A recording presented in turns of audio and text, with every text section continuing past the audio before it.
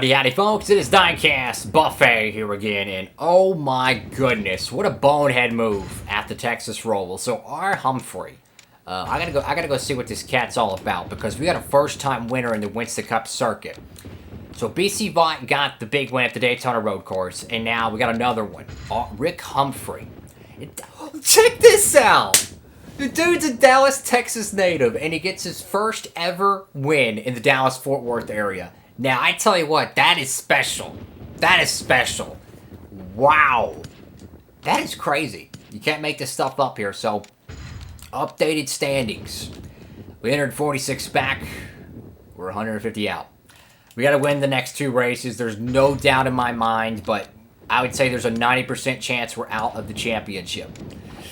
You just can't have those mistakes, guys. You got to be perfect, but we're going to go back to Texas Motor Speedway. We have to win this race. Let's go. Alrighty, folks, so we qualified on pole for the Samsung Radio Shack 500. Here we go, folks. After this, it's only one race to go. We have to win the race. That's it. Max points day, nothing else to it. Let's go ahead and sit it down trackside from Texas Motor Speedway. Welcome to Texas Motor Speedway in Fort Worth, Texas, and today's NASCAR Winston Cup race, the Samsung Radio Shack 500. What kind of a track is Texas? Texas is a D-oval, which is similar to Lowe's in Atlanta. It can be very tricky to drive through because it has a very narrow groove. These guys will have to be patient and plan their passes perfectly if they want a shot at victory lane. Jeff Burton comes to the track with the hopes of maintaining his top 5 points position. Being in the top 5 is a huge boost in self-confidence. I know everyone on that team is very happy with their performance this season, and rightfully so. This is a much-needed break for Rusty Wallace. Yeah, this should give that whole team a little boost. They've been struggling in qualifying week after week, but it looks like they're trying to turn things around. I'm proud of these guys. The Valvoline Pontiac had a great run in qualifying this week. I could tell by the look on his face this morning how happy he was. I didn't even have to ask. Great to see him starting up front for a change.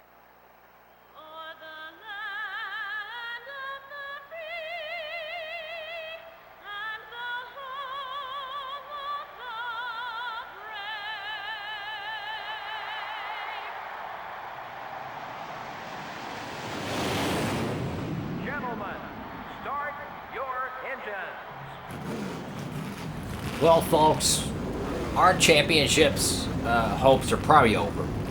But we're going to go out here and do everything we can to win. We finished second to Martin back in the spring here, but we have nothing to lose. No more BS, just win the race. Max points, that's the only thing we can do. Go out there and do everything in our power to win this race. Take no prisoners. Here we go. 33 laps, Fort Worth, 2006. Let's go. We screwed up earlier this week. We wrecked the car in the not dual race, but in the good old Roval here at Texas. So we lost about 100 points in that race. It's heartbreaking coming down to the final, couple races of the season. But I'm confident in our Texas Oval car, and by God, we're gonna have to win this. We ain't got a choice. We're gonna have to win it. We're gonna have to win next week at Fontana. We have no choice. This is the situation we put ourselves in, unfortunately. So, we're gonna have to go out here and just run a good race and hope to God it all works out. That's all we can do. We almost won this race back in the spring. We're gonna have to do it here in the fall. And we're not out of the championship mathematically. Realistically, I'm gonna probably say yes. Judging by the AI, they're just too consistent. In a real-life situation, absolutely not. But in this situation, you just never know, right? You just never know. But we got to watch our engine temps as well. Car's starting to redline a little bit. But we've always been good at Texas. And, it's funny how Burton's got his first ever win at Texas Motor Speedway for its first NASCAR Cup race back in 1997. So Burton does have a pretty good history here, but I tell you, man, we have to go out here and win. We have to lead the most laps. We have to win the race. We have to do everything we can to win, and that's it. We have to have a max points. There's nothing else we can do. Everything else is going to be entirely up to God at this point. 33 laps. It's going to be lap 16, lap 17. That's where you're going to see cats down pit road. We have to make the best pit call we can, we've lost races based on our pit strategy and our pit times, you know?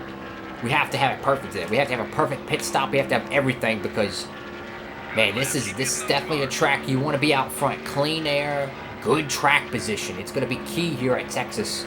Gotta do what you gotta do, man. It's going to be tough. We have to win this race, though. If we don't, you go ahead, it's over. It's tough, and especially since we were having such a great run. I mean, we were, what, running second? Like, we were getting ready to make our pit stop at the Roval. We had an opportunity to win that thing. And a rookie, Rick Humphrey, the Dallas, Texas native, gets his first win in the Dallas-Fort Worth area. Pretty cool right there, ain't it? So, that's our second first-time winner of the season.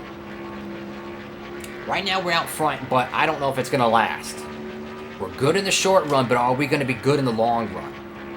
That's how we just have to go out here and do everything we can possibly to win this freaking race. I mean, like, it's at that point where it's literally, if you don't win it, you're going to go home. It's like being down 30 points in the AFC Championship in the fourth quarter.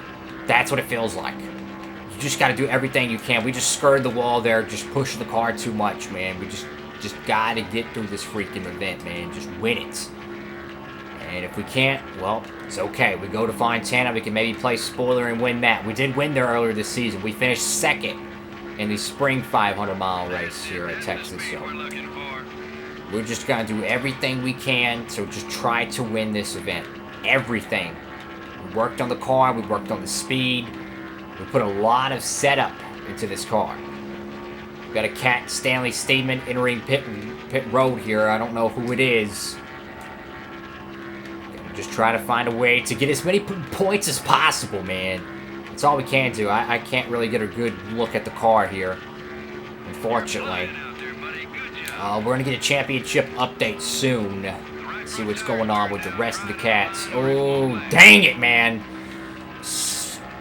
Oh, not happy about that. Shouldn't have made contact with the wall there. That was my fault. Gotta take care of the race car, you know. The car's only gonna get worse the more we hit that freaking wall. I don't know how much time we're gonna lose. We need to start monitoring the time here, but we're gonna check real quick. How is the rest of the field doing? So we gotta gauge on the competition. Gordon's 6th. Oh boy. Martin's 11th. Martin's 13th. I mean, they have to pretty much have a DNF at this point. Oh, we're going to cut right through the infield. That's great.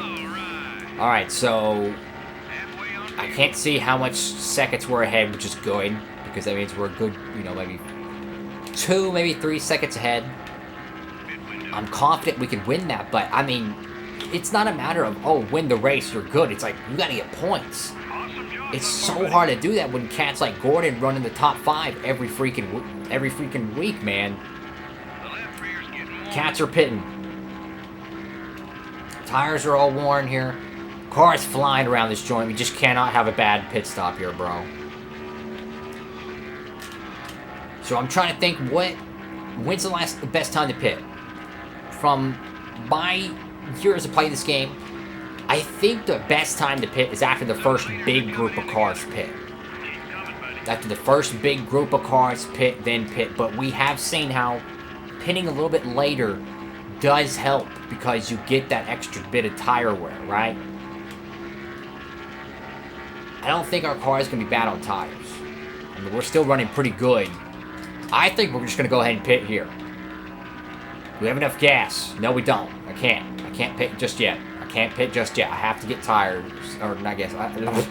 Word vomit. We got to get some gas. It's a 33-lap race. Split it down the middle. Oof. You're going to need about lap 17. Right? That's what so we needed to stay out one more lap there. I think that would have been a horrible call, I think, if we pitted there. Because we would have been saving fuel at the end of this race. I think this pitting on lap 17 coming to 18 is going to give us a good shot at making it to the end here. Ooh, clocked it at the end. Okay, here we go. No damage repair. Keep the car. Let's keep it the same pretty much. Just drop a little bit of PSI there.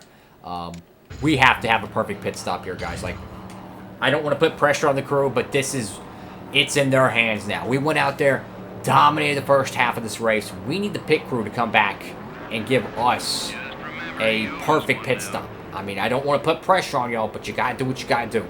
Come on, y'all. We need a 15.5 at the worst, maybe a 16-second. We can live with that, but we just can't have that 17-second pit stop, the 18-second. We have to have 15.5 is what I'm looking for, guys. Come on, just a solid pit stop, guys. Solid pit stop, perfect 15.6. I will take it. Let's go. All right, here we go. So we've led the most laps of the day. I don't think one driver is gonna go out there and lead another 18 something laps, right? Or 17 something laps. So there's Kenseth Jr. All right. Lap 18 out of 33. I don't know where this is all gonna cycle out to. I don't know if these cats are gonna pit or not. No. Oh, they are. Wow, they pit a little bit late there. Okay. So we need to run Q-Trim right now. One thing that we have in our ballpark is our car wasn't bad on old tires. I'll be honest with you, it wasn't bad.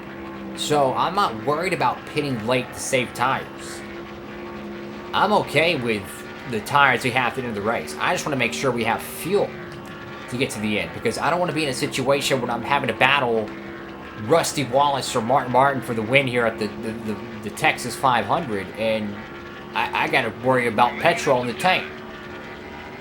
And now we're going to rendezvous back out to the race lead. Once everything cycles out, we'll get a top 5 and top 10 update our championship runners. Of course, Martin, Marlin, and Gordon is the other 3 cats eligible for the 2006 Winston Cup Championship. We've led the most laps today, so we have those 10 bonus points there. But we got to get to the end of this race. We got to win this race, and we've seen time and time again the AI get faster after the pit stop. So it is vital that we go out here and do everything. It's a 2.3 to Ricky Rudd. Remember, he won here last season.